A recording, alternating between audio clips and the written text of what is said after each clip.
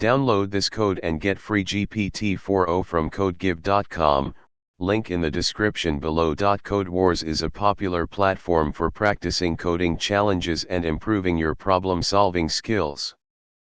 In Codewars, Q is a way to describe the difficulty level of a challenge, with 1Q being the most difficult and 8Q being the easiest.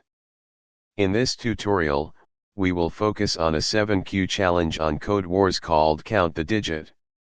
The Count the Digit challenge requires you to count the number of times a specific digit appears in a range of numbers. The input for this challenge includes the lower and upper bounds of the range, as well as the digit to be counted. Here is the problem statement. Now, let's walk through the steps to solve this challenge in JavaScript. 1. Define a function nbdig that takes two parameters n, the upper bound, and d, the digit to count. 2. Initialize a variable count to keep track of the number of times the digit d appears.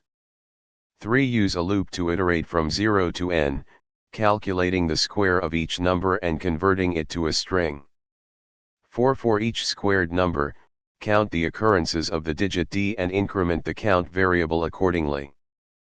5. Finally, return the total count of the digit d.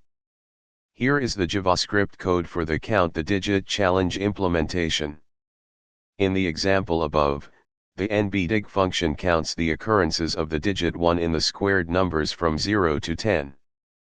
The output should be 4, as the digits 1 appear in the numbers 0, 1, 2, and 10.